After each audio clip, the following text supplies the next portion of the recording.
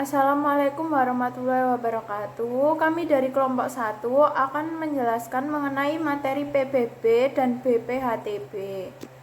Berikut ini adalah anggota kelompok kami, yaitu saya sendiri, Julia Ayu Lestari dengan NPM akhir 307, Vicky Devano dengan NPM akhir 276, Natali Suharto dengan NPM akhir 087, Nandina Salsabila dengan NPM akhir 205, Aziza Ramadhani dengan NPM akhir 215.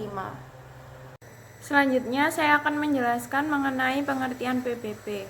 PBB adalah singkatan dari pajak bumi dan bangunan, yang merupakan pungutan yang harus dibayar atas keberadaan bumi dan bangunan yang memberikan manfaat dan status sosial ekonomi bagi seseorang atau badan yang mempunyai hak atasnya atau mendapatkan manfaat padanya. Karena pajak bumi bangunan ini bersifat material, besaran tarif ditentukan dari luas dan kondisi tanah atau bangunan yang ada. Pajak bumi dan bangunan ini bertujuan untuk mengoptimalkan penerimaan daerah dan menciptakan keadilan sosial.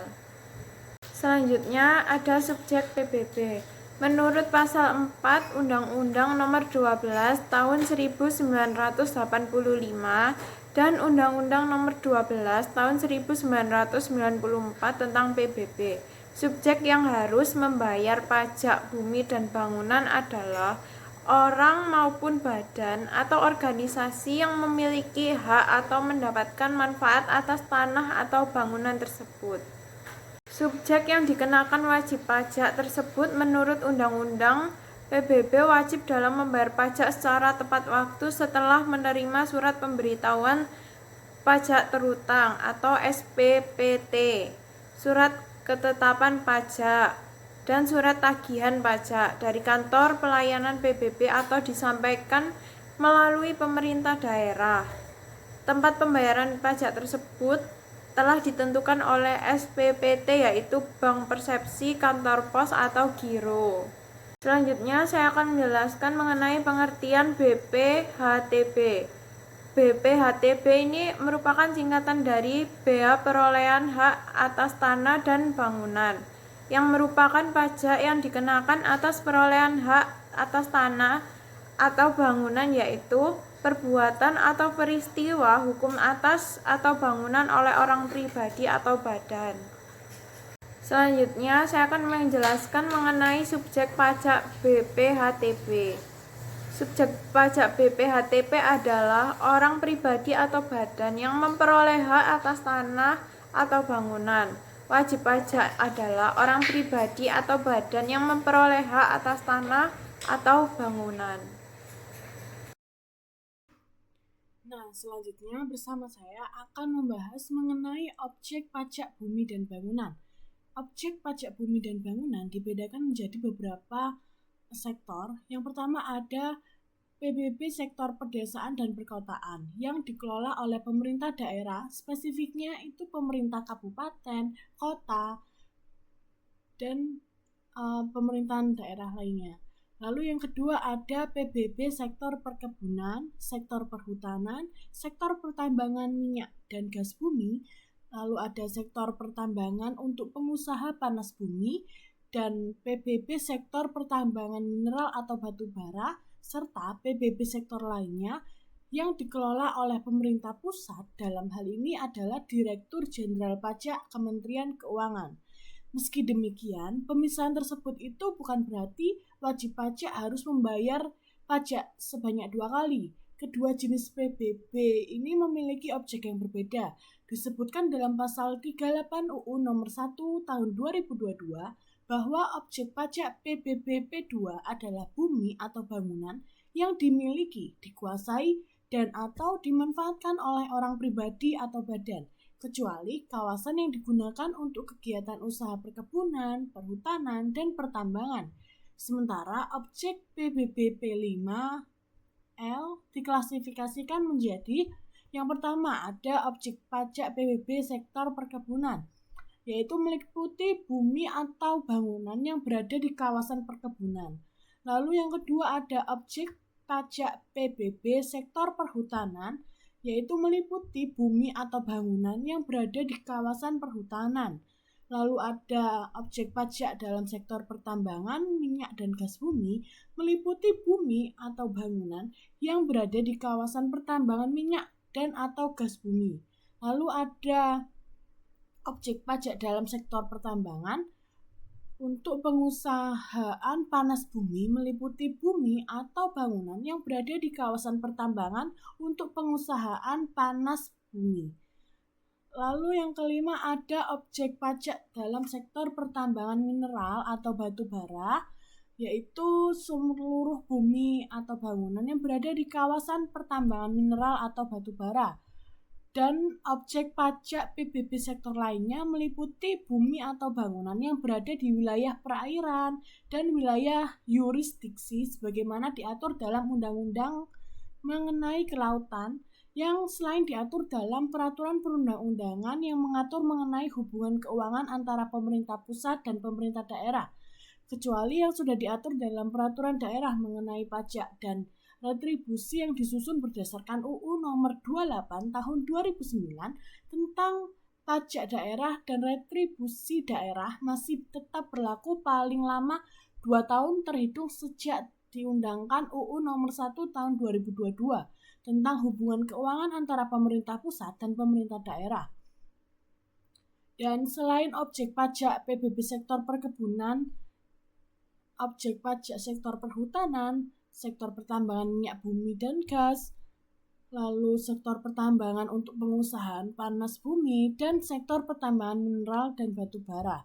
Dari ketentuan tersebut itu dapat terlihat jelas bahwa objek PBB P2 atau perketaan dan perdesaan dikecualikan dari objek PBB P5L dan berlaku sebaliknya. Artinya, atas satu objek bumi dan bangunan tidak dapat dikenakan PBB P2 dan PBB P5L secara bersamaan. Namun, bukan tidak mungkin seorang wajib pajak ini memiliki kewajiban PBB P2 juga, memiliki kewajiban PBB P5L. Hal ini terjadi ketika WP tersebut itu memiliki objek pajak. Dan dalam pasal 2 tentang objek dan pajak yang dikecualikan dari PBB itu disebutkan bahwa objek PBB P2 yang dimiliki, dikuasai, dan atau dimanfaatkan oleh badan atau perwakilan lembaga internasional tidak akan dikenakan PBB P2. Lalu ayat 2 pasal 2 tersebut menjelaskan bahwa objek pajak BPHTB yang diperoleh oleh badan atau perwakilan lembaga internasional tidak menjalankan usaha atau melakukan kegiatan lain di luar fungsi dan tugasnya pada saat terutang BPHTB tidak akan dikenakan BPHTB tersebut. Selanjutnya kita akan membahas mengenai bea perolehan hak atas tanah dan bangunan atau BPHTB. Objek pajak dari BPHTB sendiri itu meliputi jual beli, tukar menukar, hibah, hibah wasiat, waris, pemasukan dalam perseroan atau badan hukum lainnya. Pemisahan hak yang melibatkan peralihan, penunjukan pembeli dalam lelang, pelaksanaan putusan hakim yang mempunyai kekuatan hukum tetap, penggabungan usaha, peleburan usaha, pemekaran usaha, dan hadiah. Lalu subjek pajak dari BPHTB sendiri ada orang pribadi atau badan yang memperoleh hak atas tanah dan atau bangunan. Pajak BPHTB itu yang pertama ada perwakilan diplomatik atau konsulat berdasarkan asas perlakuan timbal balik seperti yang telah dijelaskan dalam pasal 2 sebelumnya. Lalu ada negara untuk penyelenggaraan pemerintah dan atau pelaksanaan pembangunan guna kepentingan umum. Lalu yang ketiga ada badan atau perwakilan lembaga internasional yang ditetapkan dengan peraturan Menteri Keuangan PMK dengan syarat tidak menjalankan usaha atau melakukan kegiatan lain di luar fungsi dan tugas badan atau perwakilan organisasi tersebut. Lalu yang keempat ada orang pribadi atau badan karena konversi hak atau karena perbuatan hukum lainnya dengan tidak adanya perubahan nama. Lalu yang kelima ada OP atau badan karena wakaf. Lalu yang terakhir ada bumi dan bangunan yang digunakan untuk kepentingan ibadah. Baik, sekarang kita akan membahas tentang NPWPD atau Nomor Pokok Wajib Pajak Daerah. NPWPD adalah nomor yang diberikan oleh pemerintah daerah setempat kepada wajib pajak yang menjalankan usaha atau kegiatan di wilayah kabupaten atau kota tertentu. NPWPD merupakan nomor yang diberikan kepada wajib pajak sebagai identitas serta sarana administrasi dalam melaksanakan hak dan kewajiban pajak daerah. NPWPD diperuntukkan terhadap jenis pajak yang dibayar berdasarkan penghitungan oleh wajib pajak, terdiri dari pajak bahan bakar kendaraan bermotor, pajak hotel, pajak restoran, pajak hiburan, pajak penerangan jalan, dan pajak parkir. Persyaratan memiliki NPWP adalah sebagai berikut. Warga negara Indonesia yang telah berusia 17 tahun atau yang telah menikah, wajib pajak yang memiliki alamat domisili daerah yang menerapkan pajak daerah, memiliki lokasi usaha, memiliki izin usaha atau pendaftaran, menunjukkan bukti pembayaran PBB, serta mengisi formulir pendaftaran NPWPD. Berikut adalah perbedaan antara NPWPD dan NPWPD. Pertama, NPWP adalah nomor identitas pajak yang diberikan kepada individu atau badan usaha yang memiliki penghasilan dalam negeri maupun luar negeri. Sedangkan NPWPD adalah nomor identitas pajak yang diberikan kepada individu atau badan usaha yang memiliki penghasilan di daerah tertentu. Lalu NPWP dikeluarkan oleh Direktorat Jenderal Pajak, sedangkan NPWPD dikeluarkan oleh pemerintah daerah setempat. Dan yang terakhir, pemilik NPWP diwajibkan untuk membayar pajak sesuai dengan penghasilannya, baik itu dari dalam maupun luar negeri. Sementara itu, pemilik NPWPD diwajibkan hanya membayar pajak di daerah tersebut. Nah, selanjutnya saya akan menjelaskan tentang tarif pajak bumi dan bangunan. Jadi, sesuai dengan ketentuan dalam Peraturan Pemerintah Nomor 91 Tahun 2010, tarif maksimal untuk pajak bumi dan bangunan adalah sebesar 0,5% yang dikenakan pada objek pajak umum di Indonesia. Namun, meskipun 0,5% merupakan tarif maksimal, tarif ini sebenarnya dapat bervariasi antar daerah, karena pajak bumi bangunan merupakan pajak daerah, di mana hal ini tergantung pada kebijakan yang ditetapkan oleh pemerintah daerah setempat, di mana setiap daerah memiliki kewenangan untuk menentukan tarif PBB berdasarkan kebijakan fiskal dan kondisi ekonomi lokal, dengan tetap memperhatikan ketentuan yang ada. Jadi ternyata tarif PBB umum untuk objek pajak non-perusahaan seperti rumah pribadi, tanah, pertanian, dan lain-lain umumnya adalah 0,1% dari nilai jual objek pajak atau NJOP. Hal ini adalah tarif yang paling sering diterapkan untuk objek pajak perorangan dengan nilai NJOP yang relatif lebih rendah.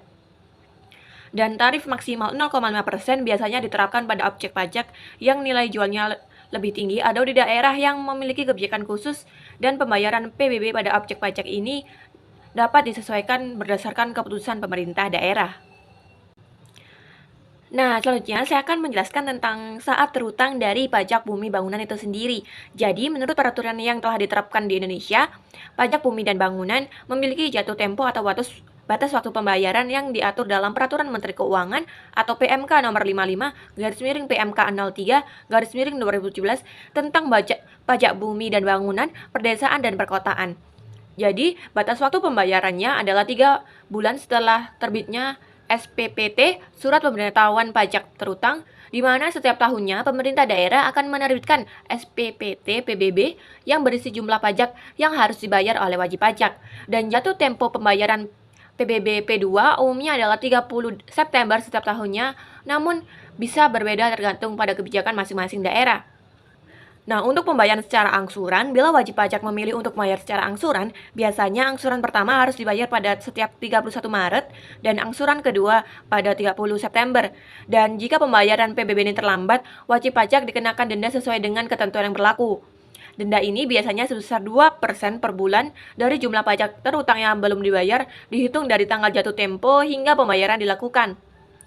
Dan perlu diperhatikan bahwa meskipun aturan ini berlaku secara umum, pemerintah daerah memiliki kewenangan untuk menentukan atau memperpanjang masa pembayaran dan denda sesuai dengan peraturan daerah masing-masing.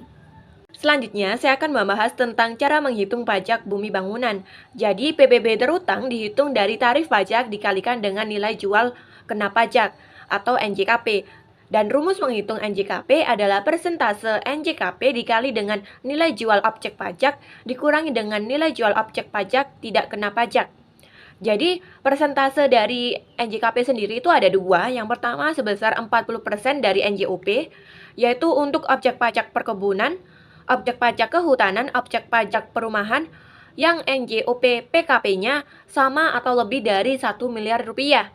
Sedangkan yang satunya adalah 20% dari NJOP untuk objek pajak yang NJOP PKP-nya kurang dari 1 miliar rupiah.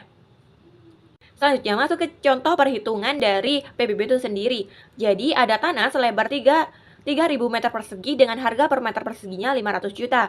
Jadi jika di total, harga tanah seluruhnya adalah 1 miliar 500 juta. Dan untuk bangunan selebar 2.000 meter persegi, harga per meter perseginya adalah 600 juta. Jadi total bangunan itu adalah 1 miliar 200 juta. Jadi total NJOP-nya yaitu 2 miliar 700 juta. Dan diketahui NJOP PTKP-nya pada daerah itu sebesar 24 juta rupiah. Jadi NJOP PKP-nya adalah sebesar NJOP dikurangi dengan NJOP PTKP-nya yaitu 2 miliar 676 ribu rupiah. Dan setelah diketahui NJOP PKP-nya, kita hitung NJKP-nya. Karena NJOP PKP-nya di atas 1 miliar, maka persentase NJKP-nya adalah 40%.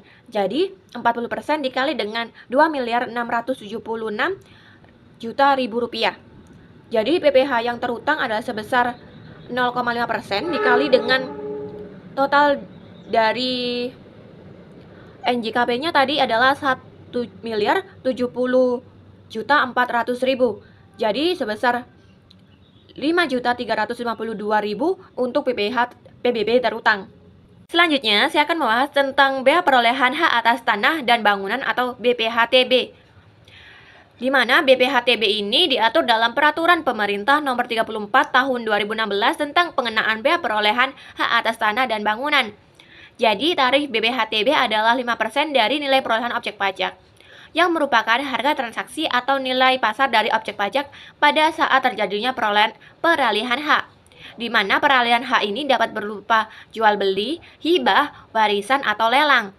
Dan batasan NPOP yang tidak terkena BPHTB adalah setiap daerah memberikan batas nilai tertentu untuk nilai perolehan objek pajak yang tidak dikenakan BPHTB. Di mana berdasarkan peraturan NPO PTKP atau nilai perolehan objek pajak tidak kena pajak adalah nilai tertentu yang dibebaskan dari kewajiban membayar BPHTB.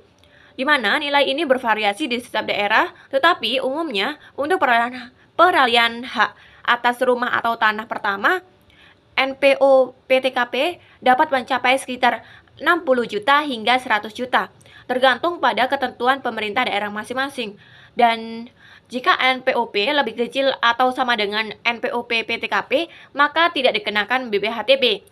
Tetapi jika NPOP lebih besar, maka yang dikenakan pajak adalah selisih antara NPOP dengan NPO PTKP. Nah, selanjutnya membahas tentang saat terutang dari BPHTB. Berdasarkan peraturan yang ada, BPHTB terutang pada saat terjadinya peralihan hak atas tanah dan bangunan, di mana secara rincinya sebagai berikut, yaitu BPHTB terutang pada saat terjadinya peralihan hak atas tanah dan bangunan yang dapat terjadi pada saat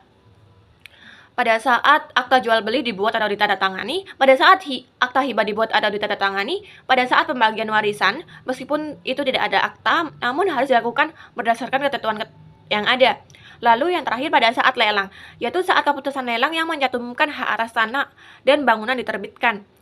Untuk batas waktu dari pembayaran BPHTB sendiri, pembayaran BPHTB harus dilakukan sebelum proses pengalihan hak atas tanah dan bangunan dapat dicatatkan pada kantor pertanahan.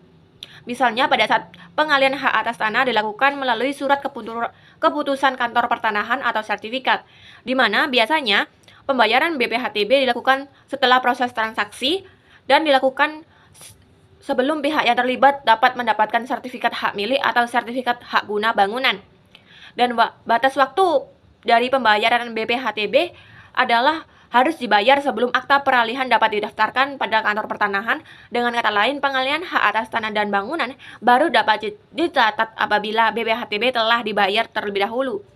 Dan BPHTB ini jika terlambat dibayar maka akan dikenakan denda sebesar 2% per bulan dari jumlah BPHTB yang terhutang. Denda ini dihitung sejak jatuh tempo pembayaran hingga pelunasan dilakukan. Nah, selanjutnya contoh perhitungan dari BPHTB. Jika Ando membeli tanah dengan harga 500 juta dan di daerah Ando memiliki NPOP PTKP sebesar 80 juta, maka perhitungan BPHTB-nya jelas sebagai berikut. Diketahui NPOP adalah sebesar 500 juta dan NPOP PTKP sebesar 80 juta. Jadi NPOP kena pajak adalah 500 juta dikurangi 800 juta. Menjadi NPOP kena pajak yaitu 420 juta. Dan tarif BPHTB adalah 5%. Jadi BPHTB yang terhutang adalah 5% dikali 420 juta. Jadi BPHTB yang harus dibayar adalah 21 juta. Baik, untuk yang selanjutnya yaitu adalah cara membayar dan melaporkan BPHTB. BPHTB dapat dibayar dan dilaporkan secara online melalui e-BPHTB.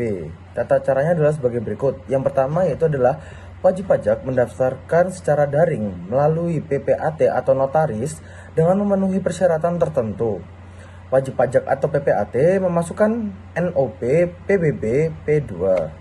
Sistem melakukan pengecekan tagihan PBB 2. Jika tidak ada tagihan PBB P2, wajib pajak atau PPAT dapat isi form SSPD BPHTB. Petugas akan memeriksa kelengkapan berkas permohonan dari wajib pajak. Selanjutnya, wajib pajak dapat memilih metode pembayaran dan mendapatkan kode bayar. Wajib pajak atau PPAT membayar kode bayar. Selanjutnya mengisi formulir tambah permohonan, pelayanan, dan mengunggah dokumen AJB. Lalu wajib pajak akan mendapatkan OTP. Setelah berkas terakhir dilengkapi, petugas akan melakukan verifikasi atau penelitian terhadap berkas SSPD BPHTB secara elektronik dalam waktu 30 hari. Dan SSPD BPHTB elektronik terverifikasi Anda dapat dicetak. Sekian presentasi dari kelompok kami. Wassalamualaikum warahmatullahi wabarakatuh.